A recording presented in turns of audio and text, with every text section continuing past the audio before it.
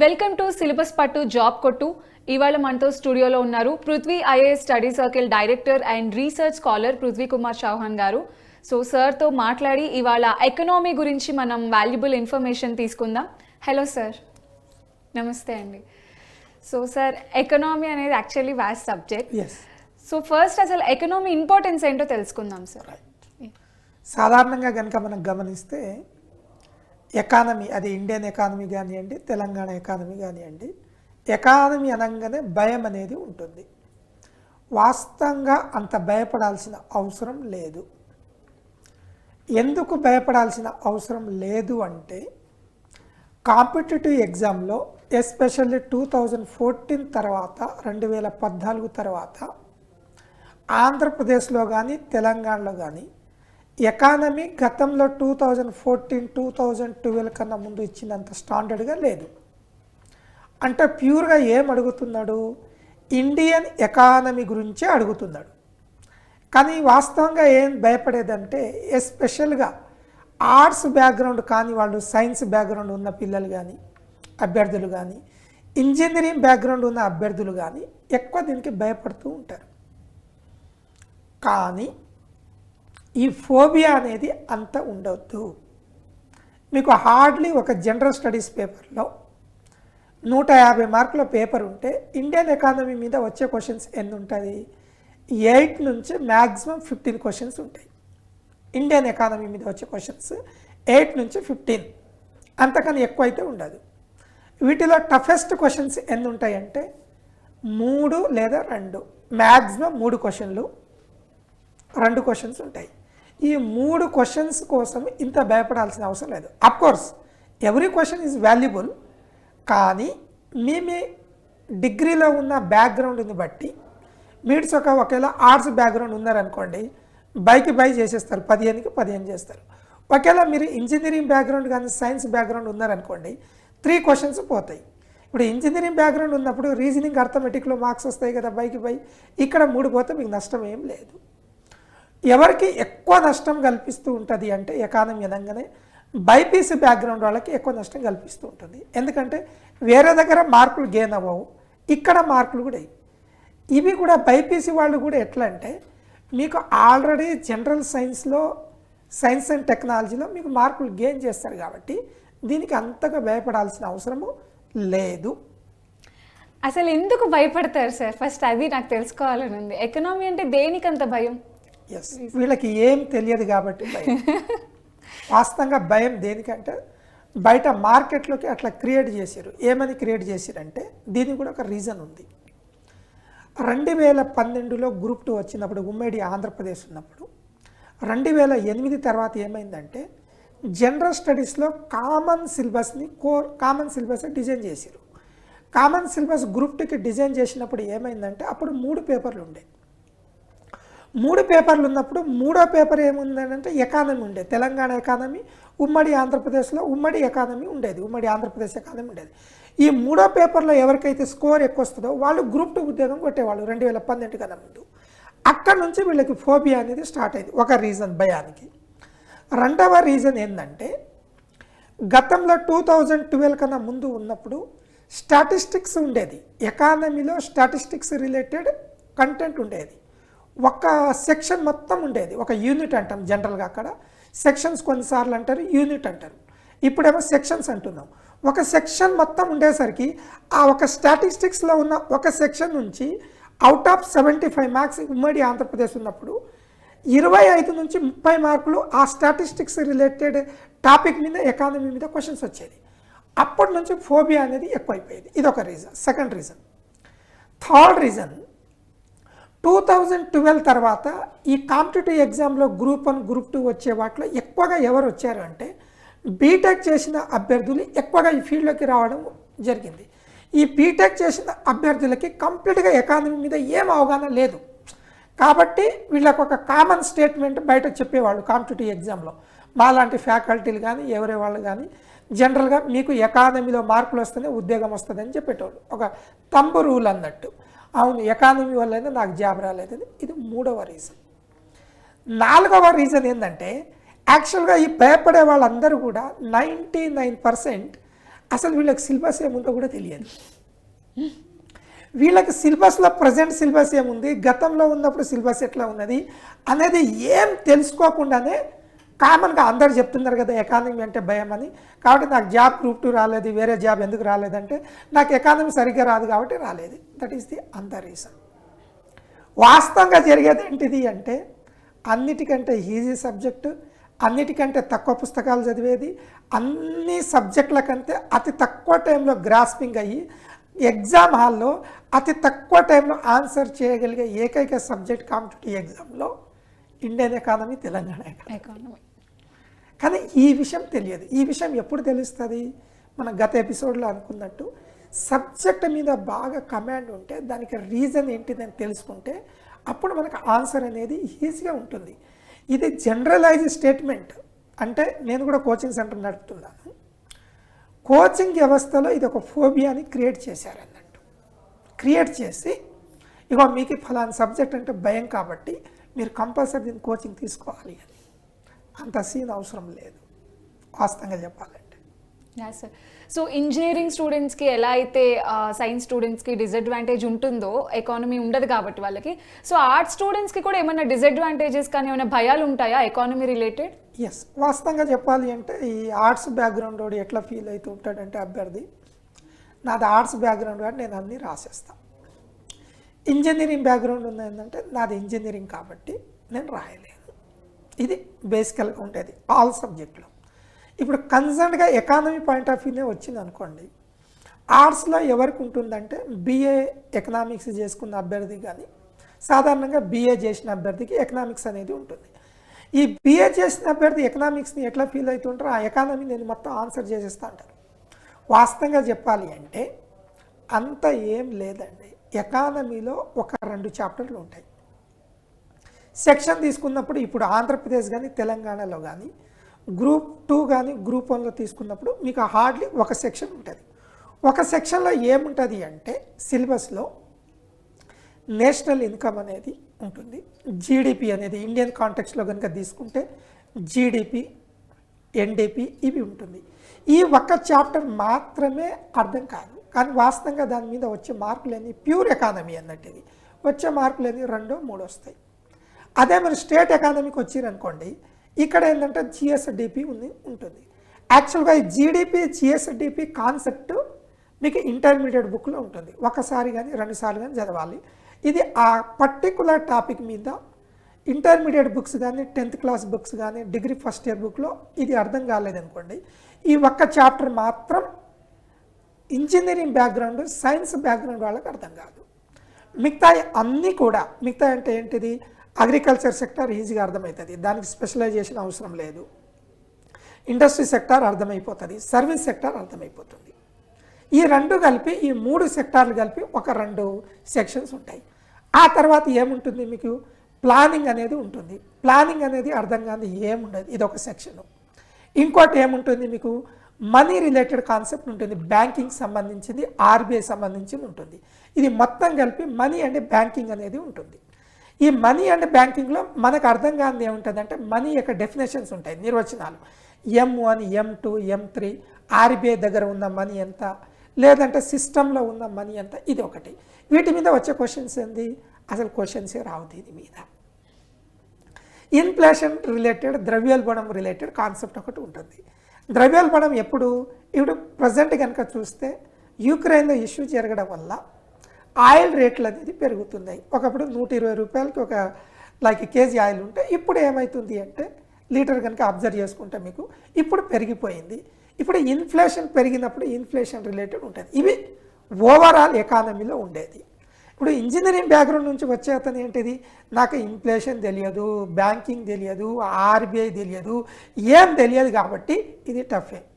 కానీ ఒక సీక్రెట్ చెప్పాను, లాస్ట్ 1 ఇయర్ న్యూస్ పేపర్ కనుక మీరు ఎకానమీలో వచ్చిన అంశాలు కనుక చూసుకుంటే 80% మార్కులన్నీ కూడా పేపర్లో వచ్చిన ఎకానమీ ఉంటుంది. పేపర్లో ఎట్లా రాస్తారు, ఏం రాసినా సాధారణ ప్రజలకు అర్థమయ్యే రేట్లో అక్కడ ఇన్ఫర్మేషన్ ఉంటుంది. ఈరోజు టెక్నాలజీని బట్టి మీరు ఏం చేయవచ్చు, ఈజీగా మీకు ఏం అర్థం కాలేదంటే ఒకసారి గూగుల్లో కొడితే మీకు ఇన్ఫర్మేషన్ అన్నీ దొరుకుతుంది, అక్కడ ఏం రాసి ఇది. కాబట్టి సైన్స్ బ్యాక్గ్రౌండ్ వాళ్ళకి ఆర్ట్స్ బ్యాక్గ్రౌండ్ వాళ్ళకి డిఫరెన్సెస్ ఏంటంటే సైన్స్ బ్యాక్గ్రౌండ్ వాళ్ళు భయపడాల్సిన అవసరం లేదు, ఆర్ట్స్ బ్యాక్గ్రౌండ్ వాళ్ళు మాకు ఇది ఒక అడ్వాంటేజ్ అనేది ఫీల్ కావాల్సిన అవసరం లేదు. ఎందుకంటే ఒకప్పుడు ఉండేది అడ్వాంటేజ్, తెలంగాణలో కానీ ఆంధ్రప్రదేశ్లో కానీ ఉండేది. ఎందుకు అడ్వాంటేజ్ ఉండేది అంటే గ్రూప్ 2 ఎగ్జామ్ రాసినప్పుడు 3 పేపర్లలో ఇండియన్ ఎకానమీ, ఏపీ ఎకానమీ 150 మార్కులు పేపర్ ఉండేది కాబట్టి అక్కడ అడ్వాంటేజ్. కానీ ఈరోజు తెలంగాణలో 4 పేపర్లు అయిపోయిన తర్వాత గ్రూప్ 2కి, గ్రూప్ 1కి 6 పేపర్లు అయిపోయిన తర్వాత తెలంగాణ గ్రూప్ 1లో 50 మార్కులకే ఇండియన్ ఎకానమీ కుదించడం వల్ల ఆంధ్రప్రదేశ్లో కూడా ప్యూర్ ఎకానమీకి సంబంధించిన స్టాటిస్టిక్స్ అనే ఒక 2 చాప్టర్లు మెయిన్గా తీసేయడం వల్ల, దాన్ని తక్కువ వెయిటేజ్ ఇవ్వడం వల్ల ఇప్పుడు ఇంత ఫోబియా లేదు. ఇప్పుడు అంటే దట్ మీన్ 2014 తర్వాత కాంపిటేటివ్ ఎగ్జామ్ రాసే వాళ్ళకి అంత ఫోబియా అవసరం లేదు. రెండవ రీజన్, ఇంకొక రీజన్ ఏంటంటే గతంలో జనరల్ స్టడీస్లో 150 మార్కులు ఉన్నప్పుడు డిజాస్టర్ మేనేజ్మెంట్, విపత్తు నిర్వహణ అనే సబ్జెక్టు లేదు, పర్యావరణం అనే సబ్జెక్టు కూడా లేదు. అప్పుడు కరెంట్ అఫైర్స్, ఇంటర్నేషనల్ రిలేషన్స్ కూడా ఎక్కువగా లేదు. అప్పుడు ఇండియన్ ఎకానమీకి 15 నుంచి 25 మార్కులు మ్యాక్సిమం వచ్చే రోజులు ఉన్నాయి కాబట్టి ఆ రోజుల్లో అప్పుడు ఇంపార్టెన్స్ ఉండే. కానీ ఇప్పుడు ఏమైంది, తగ్గింది, మార్కులు తగ్గింది. ఎప్పుడు విపత్తు నిర్వహణ అనేది ఆంధ్రప్రదేశ్లో 15 మార్కుల వరకు ఇస్తున్నప్పుడు, ఆంధ్రప్రదేశ్ రాష్ట్రం డివైడ్ అయిపోయిన తర్వాత ఏపీ రీఆర్గనైజేషన్ యాక్ట్ నుంచి ఆంధ్రప్రదేశ్లో క్వశ్చన్స్ ఎక్కువగా వస్తున్నప్పుడు, సోషో ఎకనామిక్ అవుట్లుక్ రాష్ట్రానికి సంబంధించింది ఎప్పుడైతే ఓపెన్గా రైట్ టు ఇన్ఫర్మేషన్ యాక్ట్ వచ్చిన తర్వాత, ఎప్పుడైతే ఓపెన్గా అవైలబిలిటీ ఉన్నదో ఆ తర్వాత ఇండియన్ ఎకానమీకి ప్రాధాన్యత అనేది తగ్గింది కాబట్టి దీనికి అంతగా భయపడాల్సిన అవసరం కూడా లేదు. సో సార్, న్యూస్ పేపర్స్ అన్నారు కదా, ఎకానమీ రిలేటెడ్ న్యూస్ పేపర్స్ మాత్రమే చదివితే సరిపోతుందా? 100% చెప్తున్నా కదా నా అనుభవపూర్వకంగా. ఎకానమీ రిలేటెడ్ లాస్ట్ 1 ఇయర్లో వచ్చిన ఎకానమీ రిలేటెడ్ ఇష్యూస్ కనుక మీరు పేపర్లో చదివితే 100కు 80% క్వశ్చన్లు నేను ప్రూఫ్తో సహా చూపిస్తాను మీకు. కారణం ఏంటిది, అక్కడ క్వశ్చన్ కూడా వస్తుంది. సరిపోతుందా అంటే 100% సరిపోతుంది. ఎందుకు అనేది ఇక్కడ క్వశ్చనింగ్ వస్తుంది. ఎకానమీ రిలేటెడ్ ఇక్కడ వస్తుంది. ఇప్పుడు మీకు కొన్ని విషయాలు చెప్తాను. మీకు ఎకానమీ రిలేటెడ్ మీకు ఎక్కడ కనిపిస్తుంది అనేది. ఇంతకుముందు ఒక సెక్షన్ కంప్లీట్గా టఫ్ ఉంటుందని చెప్పాను చూడండి. ఏది జీడిపి, జిఎస్డిపి, ఎన్డిపి, ఎన్ఎన్పి ఉంది చూడండి. ఇక్కడ మీకు ఎప్పుడు అడుగుతాడు అంటే ప్యూర్ ఎకానమీలో గ్రూప్ 2 కనుక రాస్తే అక్కడ మీకు ప్యూర్ ఎకానమీ అడుగుతాడు. అట్లా కాకుండా మీరు జనరల్ స్టడీస్ చదివినప్పుడు న్యూస్ పేపర్ ఈజ్ ఎనఫ్. మొన్న all India first ranker civil service అమ్మాయి కూడా ఇదే మాట చెప్పింది. ఆమె చెప్పకముందే చెప్తున్నా, నేను ఇదే మాట 20 సంవత్సరాల నుంచి చెప్తున్నా. కానీ వీళ్ళకి పేపర్ ఎట్లా చదవాలో తెలియదు కాబట్టి ఇప్పుడు జీడిపి లేదంటే జిఎస్డిపి న్యూస్ పేపర్లు ఎప్పుడు వస్తుంది, ప్రతి ఒక్క క్వార్టర్కి క్యాల్కులేషన్ చేస్తూ ఉంటారు. క్వార్టర్ అంటే ప్రతి ఒక్క 3 నెలలకి. ఇప్పుడు ఏమంటున్నాం అంటే బడ్జెట్ ఎస్టిమేట్ అంటే బడ్జెట్ ప్రకారం ఎస్టిమేట్, ప్రొవిజనల్ ఎస్టిమేట్ అంటే ప్రొవిజనల్ అంటే ఖచ్చితమైన ఎస్టిమేట్ ఇది, సెకండ్ రివైజ్డ్ ఎస్టిమేట్ అంటే రెండోసారి రివైజ్డ్, థర్డ్ రివైజ్డ్ ఎస్టిమేట్, ఇవి చేస్తున్నాం. ఇవి మీకు కోవిడ్ వచ్చిన తర్వాత 2020 నుంచి ప్రపంచ ఎకానమీ తీసుకోండి, రాష్ట్ర ఎకానమీ తీసుకోండి. నేను ఎందుకు న్యూస్ పేపర్ చూస్తే సరిపోతుంది అనే దానికి ఆన్సర్. ప్రపంచ ఎకానమీ, రాష్ట్ర ఎకానమీ, దేశ ఎకానమీ తీసుకున్నా కూడా 2020లో 2021 కంపారిజన్ చేస్తే కంపల్సరీ తగ్గిపోతుంది. కంపల్సరీ క్వశ్చన్ అక్కడే వస్తుంది. కాబట్టి అక్కడ క్యాల్కులేషన్ ఎట్లా ఉంటుంది, కరెంట్ ప్రైసెస్లో, కరెంట్ ప్రైసెస్ అంటే ప్రస్తుతం ఉన్న ఇయర్ యొక్క ప్రైసెస్, కరెంట్ ప్రైసెస్లో జిఎస్డిపి ఎంత అని అడుగుతాడు రాష్ట్రంలో. అదే ఇండియాలో అయితే జీడిపి ఎంత అని అడుగుతాడు. లేదంటే ఇప్పుడు వాడే పదాలు ఏంటంటే గ్రాస్ వాల్యూ యాడెడ్ అంటే overall gross value added. Gross value added అంటే అర్థం ఏంటిది, ఒక జ్యూస్ షాప్ దగ్గర పోయి మనం జ్యూస్ కనుక తాగినాం అనుకోండి, మొసంబి తీసుకోండి, మొసంబి జ్యూస్ కనుక తాగినాం అనుకోండి, అక్కడ అర్థం ఏంటిది, ఇప్పుడు మీకు మొసంబి తీసుకుంటాడు, మొసంబిని తీసేసుకొని దాన్ని జ్యూస్ చేస్తాడు. జ్యూస్ చేసే క్రమంలో మనకి ఏం కలుపుతాడు, దాంట్లో కొంత సాల్ట్ కానీ లేదంటే మసాలా కానీ లేదంటే కొంచెం వాటర్ కానీ కలుపుతాడు.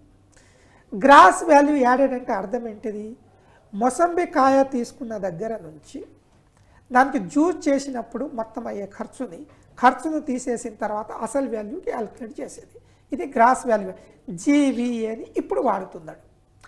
అట్లా ఇప్పుడు మీరు కాంపిటేటివ్ ఎగ్జామ్ రాసేవాళ్ళు ఈ last 2 years economy paper information is more than enough.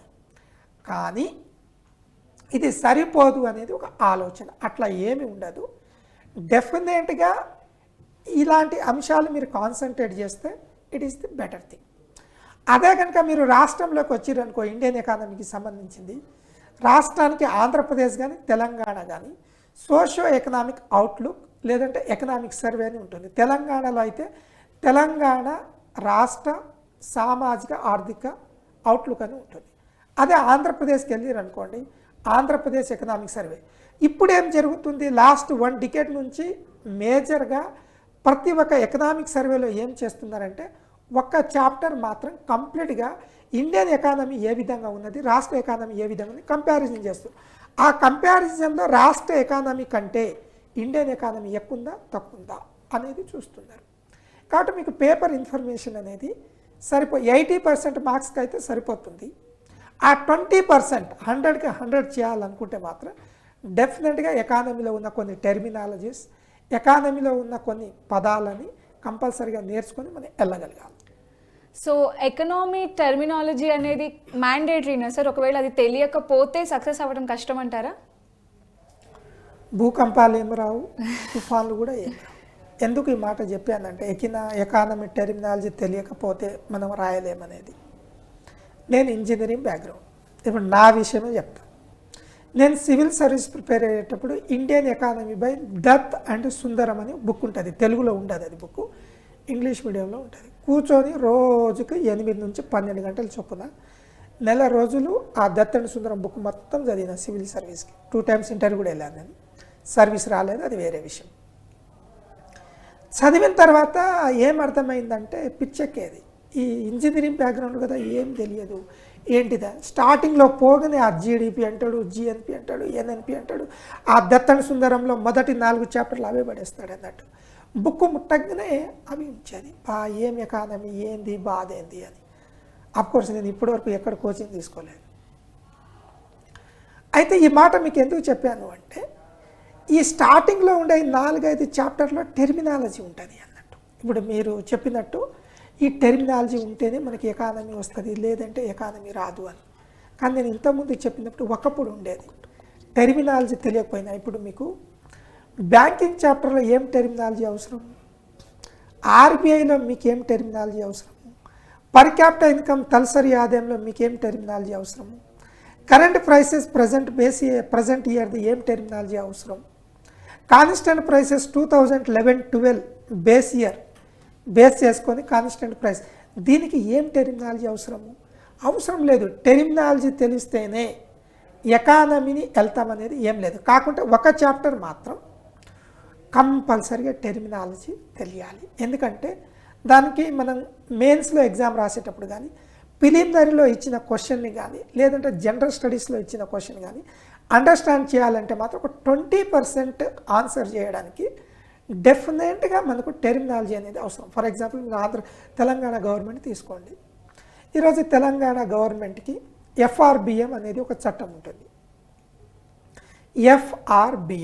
FRBM అంటే దీని అబ్రివేషన్ ఏంటంటే physical responsibility budget management. Physical responsibility budget management ఏంటంటే ఒక రాష్ట్రం మొత్తం రాష్ట్రానికి జనరేట్ అయ్యే దాంట్లో ఒక బడ్జెట్ని ప్రవేశపెట్టినప్పుడు నువ్వు ఇంతకన్నా ఎక్కువ అప్పులు తీసుకురావద్దు అనేది కండిషన్. ఇప్పుడు దీనికి కండిషన్ ఏంటంటే నీకు వచ్చే మొత్తం ఆదాయంలో ఇంత పర్సెంటేజ్ కన్నా ఎక్కువ అప్పు చేయకూడదు. తెలంగాణ రాష్ట్రం ఏం చేసింది, బేసికల్గా లాస్ట్ ఒక 1 week ఈ ప్రోగ్రామ్ చేస్తున్న బ్యాక్ 1 week నుంచి జరిగేది ఏంటిది, ఎఫ్ఆర్బిఎం చట్టానికి లోబడి కాకుండా అడిషనల్ అప్పు చేసింది. ఆ అప్పులు కూడా ఎట్లా చేసింది అంటే డైరెక్ట్ గవర్నమెంట్ నుంచి కాకుండా కార్పొరేషన్లని క్రియేట్ చేసి ఆ కార్పొరేషన్ దాంట్లో ఉన్న చట్టం ప్రకారం ఇది కార్పొరేషన్ కిందకి తీసుకొచ్చి అప్పులు రాదు అని తెలుసు కాబట్టి కార్పొరేషన్ నుంచి లోన్ తీసుకొని అప్పు చేసింది. ఇప్పుడు సెంట్రల్ గవర్నమెంట్ ఏం చేసింది దానికి అంటే కార్పొరేషన్ నుంచి తీసుకున్న లోన్లు కూడా ఎఫ్ఆర్బిఎం చట్టాన్ని పరిధి ఉండాలి. అంటే ఇప్పుడు అప్పులు తీసుకురావడానికి ఆస్కారం లేదు. ఇప్పుడు మీరు బ్యాంకు దగ్గరికి వెళ్తారు, బ్యాంకులో మీకు లోన్ ఎట్లా ఇస్తారు, పర్సనల్ లోన్ కానీ బిజినెస్ లోన్ కానీ ఎట్లా ఇస్తారు? పర్సనల్ లోన్ 1 లక్ష 2 లక్షల రూపాయలు అయితే మీ అకౌంట్ను చూసి 6 నెలలు బ్యాంక్ బ్యాలెన్స్ స్టేట్మెంట్ని చూసి ఇస్తారు, మంచిగా నడుపుతున్నారంటే ఇస్తారు. బిజినెస్ లోన్ ఎట్లా ఇస్తారు? మీకు ఒక 1 ఇయర్కి టర్న్ ఓవర్ ఎంత ఉన్నది, లాస్ట్ 6 నెలల్లో మీ స్టేట్మెంట్ చూసి మీ టర్న్ ఓవర్ ఎంత ఉంటే మీకు ఇంత బిజినెస్ లోన్. రాష్ట్ర ప్రభుత్వానికి అప్పు ఇవ్వాలని కూడా ఇదే కండిషన్, రాష్ట్రం వచ్చే ఆదాయం ఎంత అనేది ఇస్తారు. దీనికి ఏమంటారు, ఎకానమీలో వాడే టెర్మినాలజీ ఏంటిది? ఇప్పుడు టెర్మినాలజీ మనకు వస్తుంది. ఎక్స్పెండిచర్ అంటాం, మనం వ్యయం అంటాం.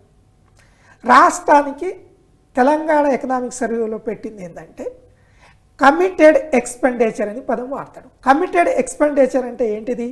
కంపల్సరిగా చేయాల్సిన వ్యయం, కంపల్సరిగా ఖర్చు కావాల్సింది. కంపల్సరిగా ఖర్చు ఏం కావాలి? ఉద్యోగులకి జీతాలు ఇవ్వాలి, ఇది కమిటెడ్ ఎక్స్పెండిచర్. పెన్షన్స్ ఇవ్వాలి, ఇది కమిటెడ్ ఎక్స్పెండిచర్. ఇది దేని కిందికి వస్తుంది అనేది పాయింట్. ఇది దేని కిందికి వస్తుందంటే తెలంగాణ ఎకనామిక్ సర్వేలో అయితే కమిటెడ్ ఎక్స్పెండిచర్ కిందికి వస్తుంది. ఇప్పుడు ఈ టెర్మినాలజీ అనేది రాష్ట్రంలో ఇష్యూ జరుగుతుంది కాబట్టి ఇది కంపల్సరీ కలిగి ఉండాలి. ఆ విధంగా కొన్ని terminology words, revenue expenditure.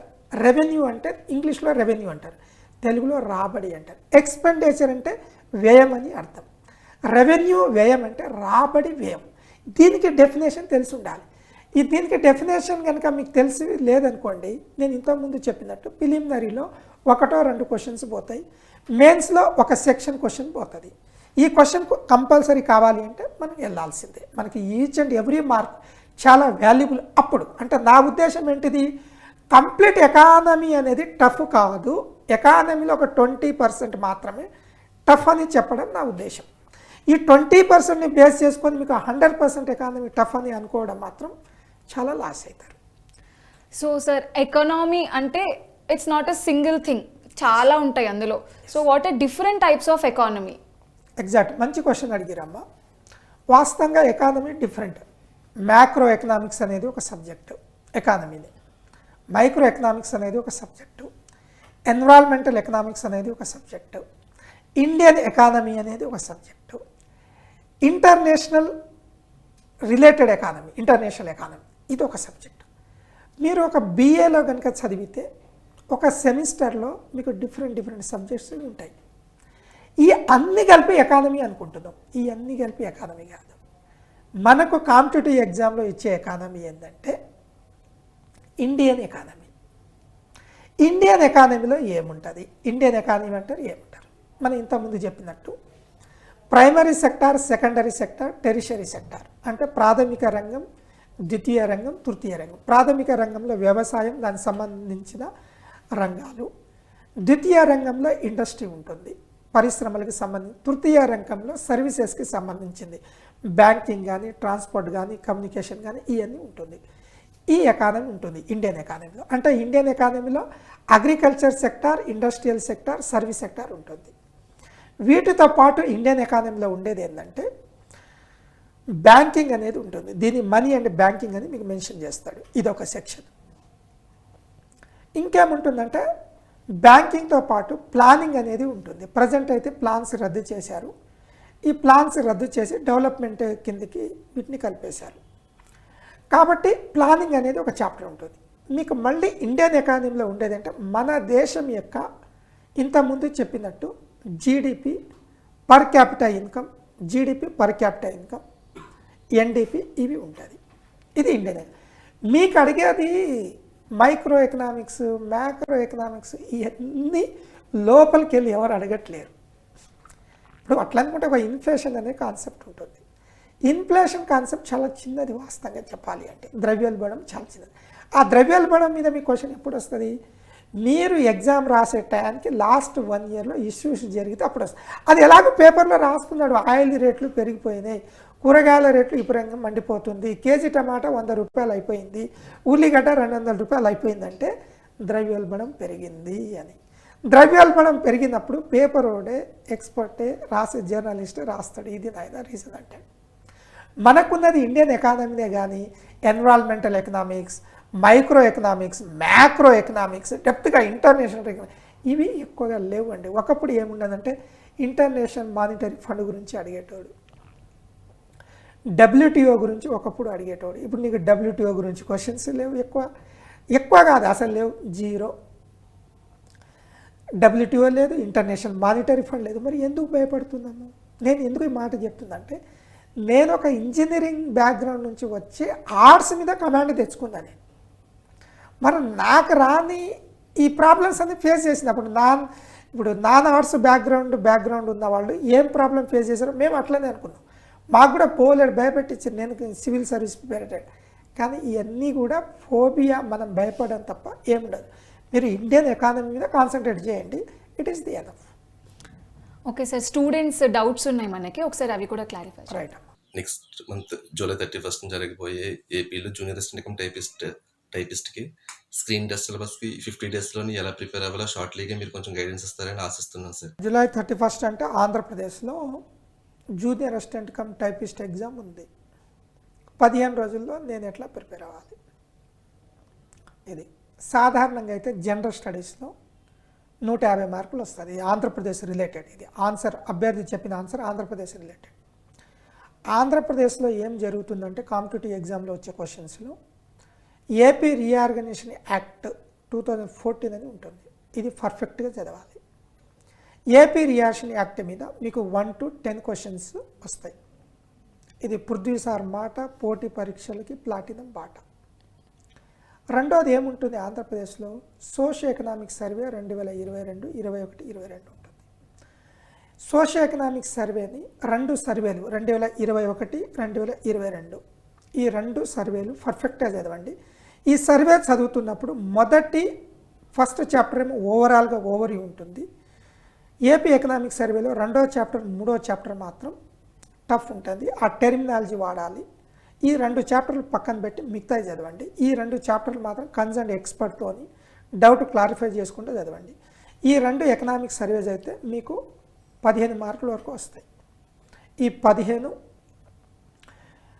Like ఇంతకుముందు మీకు చెప్పినట్టు ఏపీ రియాక్షన్ యాక్ట్ ఒక 10 క్వశ్చన్స్, 25 క్వశ్చన్స్ అయిపోయినాయి.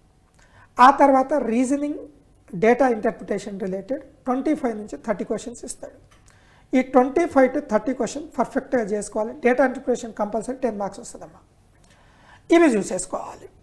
అంటే అవి ఒక 30, ఇవి ఒక 30, 60.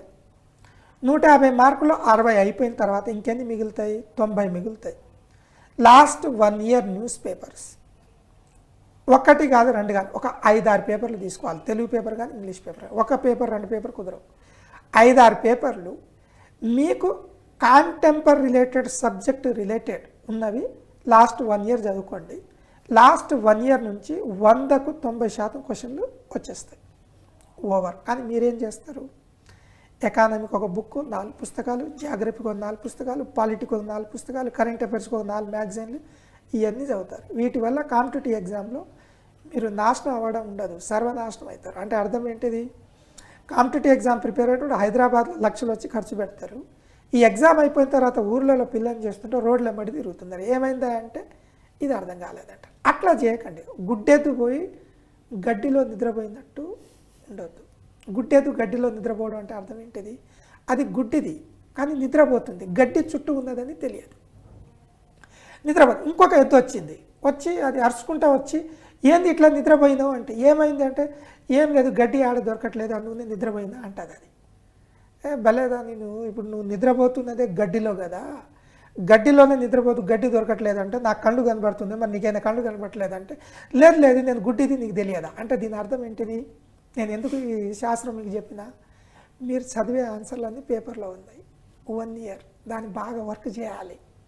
5-6 పేపర్స్ చదవాలి. ఎగ్జామ్ రిలేటెడ్ లింక్ ఎక్కడ ఉందో చూడాలి. సబ్జెక్టులు అంటే మీరు గుడ్డోళ్ళు అన్నట్టు, పేపర్లో ఉందో చదవకుండా మీరు పుస్తకాలు చదివి ఈ జనరల్ స్టడీస్కి వెళ్తే మీకేం రాదు. మరి మీరు గుడ్డెద్దు అయిపోతారా లేదా కళ్ళు ఉన్న ఎద్దు అయిపోతారు, మీరు డిసైడ్ చేసుకోండి. Okay sir, next student doubt please. Telangana police sub inspector కానిస్టేబుల్కు ప్రిపేర్ అవుతున్నాను. మాకు తెలంగాణ ప్రిలిమినరీ టెస్ట్కు ఇంకా 2 months టైం ఉంది. ప్రిలిమినరీ టెస్ట్ తర్వాత మాకు గ్రౌండ్ ఈవెంట్స్ ఉంటాయి. ప్రిలిమినరీ టెస్ట్ కంటే ముందు గ్రౌండ్ ప్రాక్టీస్ చేయవచ్చా? ప్రిలిమినరీ టెస్ట్ కోసం జనరల్ స్టడీస్ మరియు ఆర్థమెటిక్ రీజనింగ్ గ్రౌండ్ని ఏ విధంగా బ్యాలెన్స్ చేయాలి సార్? ఇప్పుడు ఎస్ఐ కానిస్టేబుల్ తెలంగాణలో ప్రిపేర్ అయ్యే వాళ్ళకి ముఖ్యంగా గమనించాల్సిన అంశం ఏంటంటే, ప్రిలిమినరీకి డేట్ ఇచ్చేసాడు, ఏది ఆగస్ట్ మంత్లో డేట్ ఇచ్చేసిండు. కొత్తగా ఈసారి పెట్టింది ఏంటంటే ప్రిలిమినరీలో 600 మీటర్స్ రన్నింగ్ పెట్టిండు. ఇంతకుముందు 800 ఉండే, ఇప్పుడు 1600 పెట్టిండు. ఇది మీరు మర్చిపోకండి. మీరు ప్రిలిమినరీలో క్వాలిఫై అవుతారు, కానీ ఈవెంట్స్లో పోతుంది. ఈవెంట్స్ మీద దృష్టి పెట్టండి. అదేవిధంగా ఇంకొకటి బ్యాలెన్స్ ఏం చేసేసాడంటే, ఇంతకుముందేమో స్కేలింగ్ చేసేటాడు, ఏమని 60 మార్కుల పైన, ఇప్పుడు కూడా 60 మార్కుల పైన ఉన్న వాళ్ళకి అందరు క్వాలిఫై. కానీ ఇప్పుడు నెగిటివ్ మార్క్స్ పెట్టిండు. నెగిటివ్ మార్క్స్ పెట్టిండు కాబట్టి నేను ఇంతకుముందు చెప్పాను చూడండి, ఫోబియా అనేది, ఎకానమీ ఫోబియా ఎట్లనో నెగిటివ్ మార్క్స్ పెట్టకుండా ఇప్పుడు గ్రౌండ్లోకి వెళ్ళకుండా ఏం చేస్తున్నారంటే ప్రిలిమినరీ గట్టెక్కితేనే చాలా అంటున్నారు. మీరు కూడా గుడ్డెత్తు లెక్క ఆలోచనలు చేయకండి. మీరు ఖాళీ 1 ఇయర్ పేపర్ చదివితే జనరల్ స్టడీస్ 100 మార్కుల్లో మీకు 60 మార్కులు వచ్చేస్తాయి. కానీ దీనికి ఒక పెద్ద హంగామా, ఏం హంగామాలు అవసరం లేదు. కానీ మీరు ఈవెంట్స్ మీద దృష్టి పెట్టాలి. ఏంటంటే చాలామంది అభ్యర్థులు ఈవెంట్స్ మీద దృష్టి పెట్టకుండా పోతారు. ఈ మాట ఎందుకు చెప్పానంటే 2012-13 అనుకుంటాను ఎగ్జాక్ట్ సబ్జెక్టు కరెక్షన్. నా దగ్గర 3 పిల్లలు కానిస్టేబుల్ ప్రిపేర్ అయ్యడానికి వచ్చింది. మేఘాలయ ఎక్కడుందని నేను జాగ్రఫీ, ఇండియన్ జాగ్రఫీ చెప్పేటప్పుడు అట్లాస్ తీయండి, మేఘాలయ తీయండి అంటే ఒక అభ్యర్థి ఏమన్నాడంటే ఈ 3లో, సార్ మేఘాలయ ఏ దేశంలో ఉంది సార్, ఎక్కడ ఎతకాలి అన్నాడు. అంటే మేఘాలయ అనే రాష్ట్రం ఇండియాలో ఉందనే విషయం కూడా తెలియదు. హైలైట్ ఏంటి తెలుసా, రిజల్ట్ వచ్చిన తర్వాత ఈ 3 అభ్యర్థులు హైదరాబాద్లో first rank, second rank, third rank. Meghalaya ఇండియాలో ఉన్నదని తెలియని అభ్యర్థి కూడా డిస్టిక్లో 3వ ర్యాంక్ వచ్చింది. ఎందుకు మాట చెప్పాను అంటే, ఒకప్పుడు కానిస్టేబుల్ ఎస్ఐ ఎగ్జామ్ ఈజీగా వచ్చేది. మన ఒక అభ్యర్థి చెప్పిండు నాకు, ఏమని చెప్పిండంటే, సార్ నేను కానిస్టేబుల్ లాంటి ఉద్యోగం చాలా కొట్టినా అన్నాడు. కొడతాం, సేమ్ కాన్సెప్ట్ కాబట్టి. అందుకు నేను చెప్పేది ఏంటంటే ప్రిలిమినరీ కంటే మీకు ఈవెంట్స్ చాలా ముఖ్యము. ప్రిలిమ్స్లో 60 మార్కులు వస్తాయి, రీజనింగ్ రిలేటెడ్ చూసుకున్నా కూడా 20 మార్కులు ఎటుపోవు.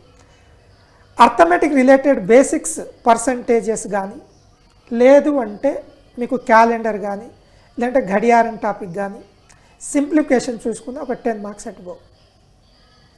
కరెంట్ రిలేటెడ్ చూసుకున్నా కూడా ఒక 10 మార్క్స్ ఎటుపోవు. పాలిటీ రిలేటెడ్ చూసుకున్నా 7-6 మార్కులు వస్తాయి. మీరు మళ్ళీ మోడర్న్ ఇండియా రిలేటెడ్ చూసుకున్నా కూడా వస్తాయి. సైన్స్ రిలేటెడ్, జనరల్ సైన్స్ ఒక 7-8 వస్తాయి. కాబట్టి compare to preliminary you should concentrate on the events. ఈవెంట్స్లో హైట్ ఒకరోజు పెరగలేవు, నీకున్న బాడీ ఫ్యాట్ మొత్తం ఒకరోజు తగ్గలేవు. ఇది లాంగ్ టర్మ్. అదే సబ్జెక్ట్ ఉన్నది అనుకోండి, కన్సర్న్ సబ్జెక్ట్ ఎక్స్పర్ట్ యొక్క సలహా తీసుకున్నా కూడాను తక్కువ టైంలోనే నువ్వు గెటిన్ కావచ్చు. కానీ ఈవెంట్స్ తక్కువ టైంలో గెటిన్ కావడం కష్టం. కాబట్టి దీన్ని కంపల్సరీ దృష్టిలో పెట్టుకోవాలి. Right sir, next student doubt please. నేను ఎస్ఐ అండ్ కానిస్టేబుల్ ఎగ్జామ్స్కి ప్రిపేర్ అవుతున్నాను సార్. నాకు వచ్చిన డౌట్ ఏంటంటే సార్, సిలబస్లో ఇండియన్ ఎకానమీ అని ఉంది కదా సార్, ఈ ఇండియన్ ఎకానమీ అంటే ఏంటి సార్, ఎలా చదవాలి సార్, ఏ విధంగా చదివితే మార్కులు పొందడానికి అవకాశం ఉంది సార్? అలాగే తెలంగాణ ఎకానమీ నుంచి కూడా కొన్ని క్వశ్చన్లు అడుగుతున్నారు కదా సార్, ఏ విధంగా చదవాలి సార్ ఎకానమీ అనేది కొంచెం చెప్తారు? రైట్, మీరు చెప్పినట్టు ఇండియన్ ఎకానమీ అంటే ఏంటిది గతంలోనే చెప్పాను. ఇండియన్ ఎకానమీలో మేజర్గా ఒక 5 చాప్టర్ మేజర్గా ఉంటాయి. అగ్రికల్చర్ సెక్టార్ అన్నాము, ఇండస్ట్రీ సెక్టార్, సర్వీస్ సెక్టార్, ఈ 3 అంశాలు. బ్యాంకింగ్ రిలేటెడ్, మనీ రిలేటెడ్ ఒకటి, ప్లానింగ్ రిలేటెడ్ అంశం ఒకటి, ఇన్ఫ్లేషన్కి సంబంధించి ఒకటి, జీడిపి జిఎన్పి రిలేటెడ్ ఒకటి. ఇప్పుడు మీరు ఎస్ఐకి వచ్చినప్పుడు ఏమవుతుందంటే ప్రిలిమినరీలో జిఎస్ ఉన్నది 100 మార్కులే. ఇండియన్ ఎకానమీ చదివే ఇప్పుడు ఉన్న షార్ట్ పీరియడ్లో, అంటే ఆగస్టులో ఎగ్జామ్ ఉంది కాబట్టి ఈ ప్రోగ్రామ్ చేసే నాటికి 2 నెలల టైం కాబట్టి ఈ 2.5 నెలలు 3 నెలల టైం, 2.5 months టైం మ్యాక్సిమం. ఈ 2.5 monthsలో మీరు చేయాల్సింది ఏంటంటే Indian economy related contemporary news paper మీద కాన్సన్ట్రేట్ చేస్తే సరిపోతుంది. మీరు మళ్ళీ తెలంగాణ ఎకానమీ అన్నారు చూడండి ఎస్ఐకి. తెలంగాణ ఎకానమీలో సోషల్ ఎకనామిక్ అవుట్లుక్ అనేది ఉంటుంది. ఈ సోషల్ ఎకనామిక్ అవుట్లుక్ని పర్ఫెక్ట్గా చదవాలి. కాబట్టి ఇక్కడ ఒక కండిషన్, సోషల్ ఎకనామిక్ అవుట్లుక్ చదివినప్పుడు ఎకానమీలో వచ్చేదంటే అంత న్యూమెరికల్స్ కనిపిస్తూ ఉంటుంది. ఈ న్యూమెరికల్స్ నుంచి బీపీ, షుగరు అన్నీ వస్తుంటుంది, జెండు బాంబులు ఇంతవరకు మొత్తం వస్తాయి. మీరు ఈ న్యూమెరికల్ మీద కాన్సన్ట్రేట్ చేయకండి.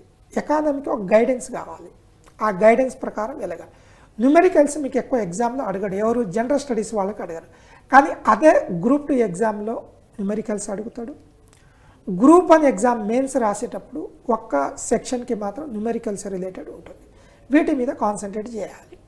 ఇండియన్ ఎకానమీకి ఇంకొక ప్రాబ్లం ఏంటంటే తెలుగు అకాడమీ బుక్ ఇంత లా ఉంటుంది, బుక్ను చూడగానే లాగదడుస్తుంది అన్నట్టు. అలా ఏం అవసరం లేదు.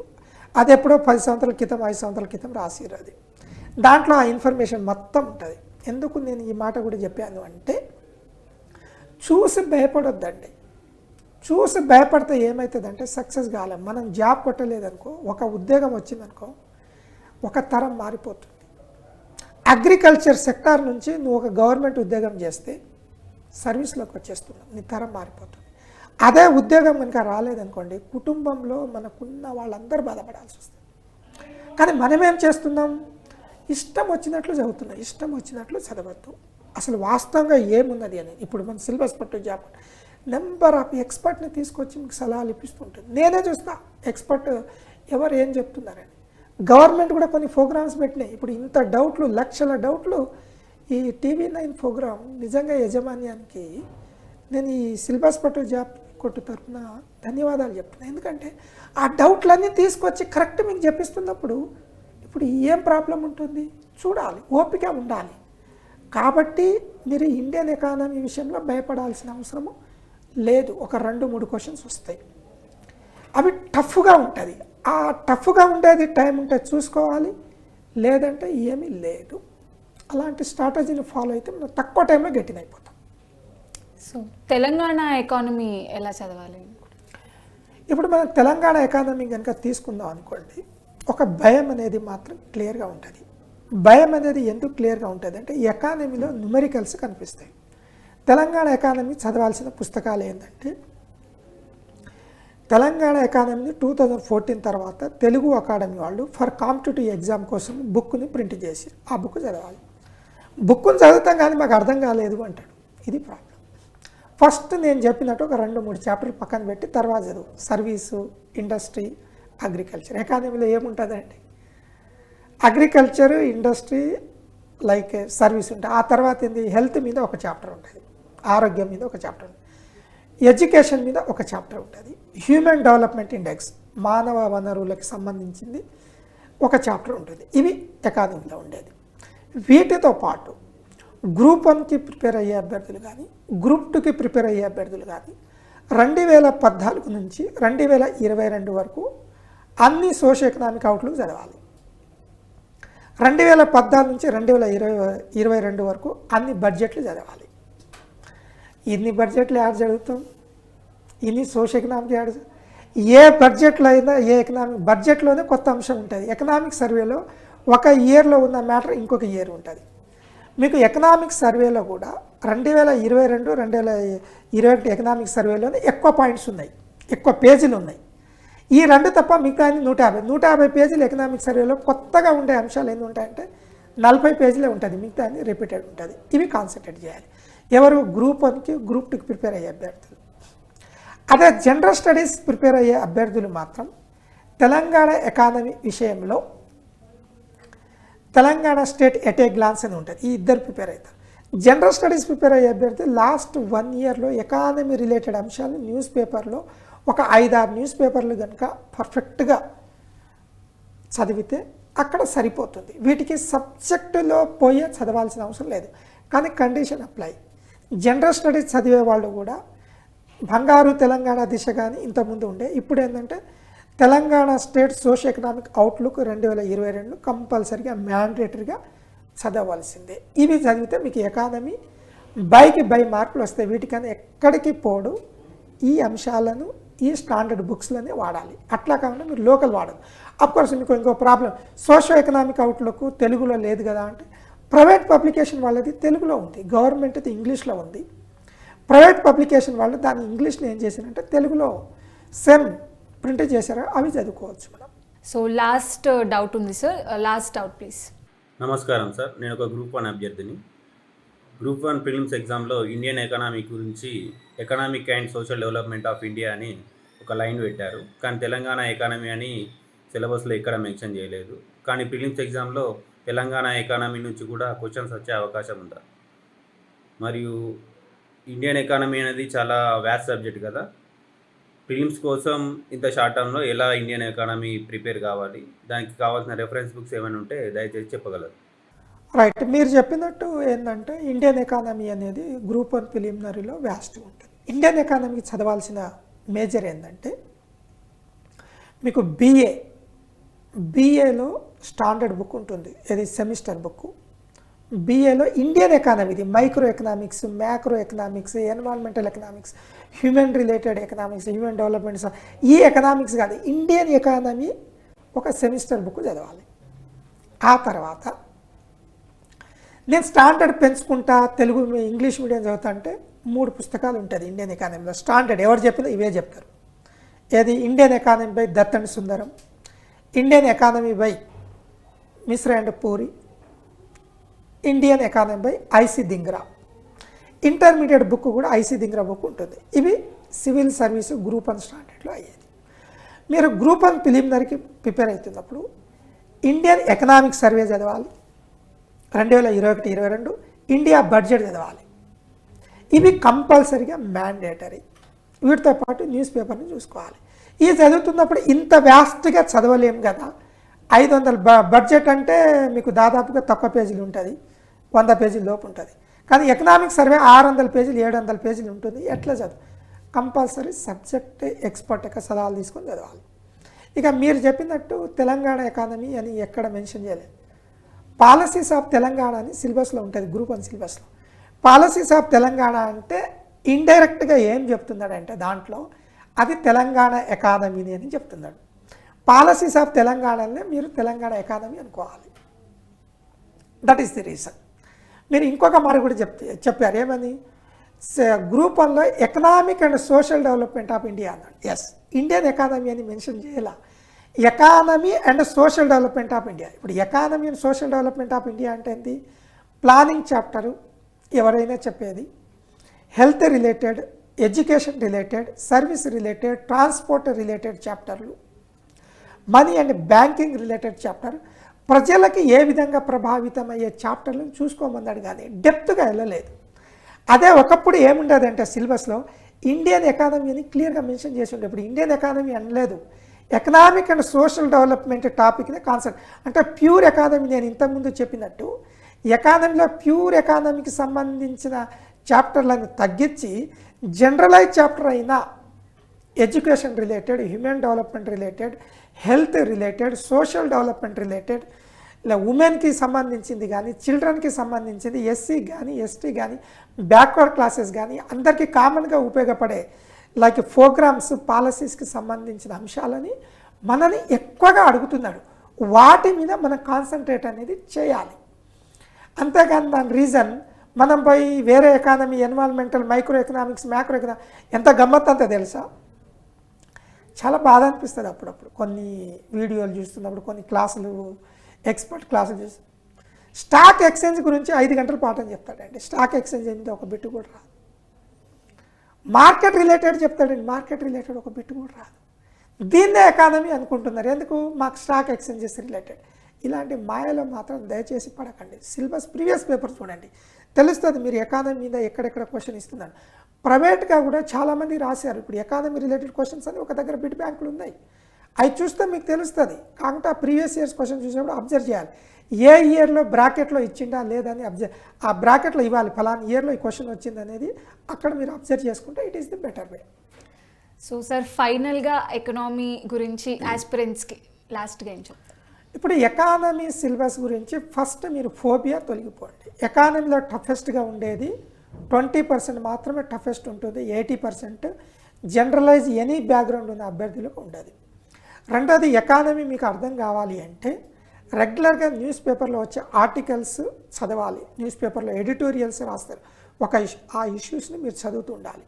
టెర్మినాలజీ రిలేటెడ్ మీకు కనుక లాంగ్ టర్మ్లో ఉంటే కంపల్సరీ టెర్మినాలజీ నేర్చుకోవాలి. టైం ఉన్నది అనుకోండి, టెర్మినాలజీ నేర్చుకొని ఒక 20% ఆన్సర్స్ చేయగలగాలి. ఒకవేళ మాకు టైం లేదు 20% అంటే పక్క నేను అనుభవంతో చెప్తున్నా, ఈ 20% ఎక్కడ క్వశ్చన్స్ ఎక్కడ ట్రెస్ చేస్తున్నాడు అనే దానికి. అంతేగాని ఓవరాల్ సబ్జెక్ట్ని మాత్రం టఫ్ అనుకునే మాయలో మాత్రం ఉండకండి. Thank you so much sir. So చూసారు కదా, ఎకనామీ అంటే భయపడాల్సిన అవసరం లేదు. అకార్డింగ్లీ సార్ చెప్పినట్టు చదువుకుంటే డెఫినెట్గా సక్సెస్ అవుతారు. Thank you for watching.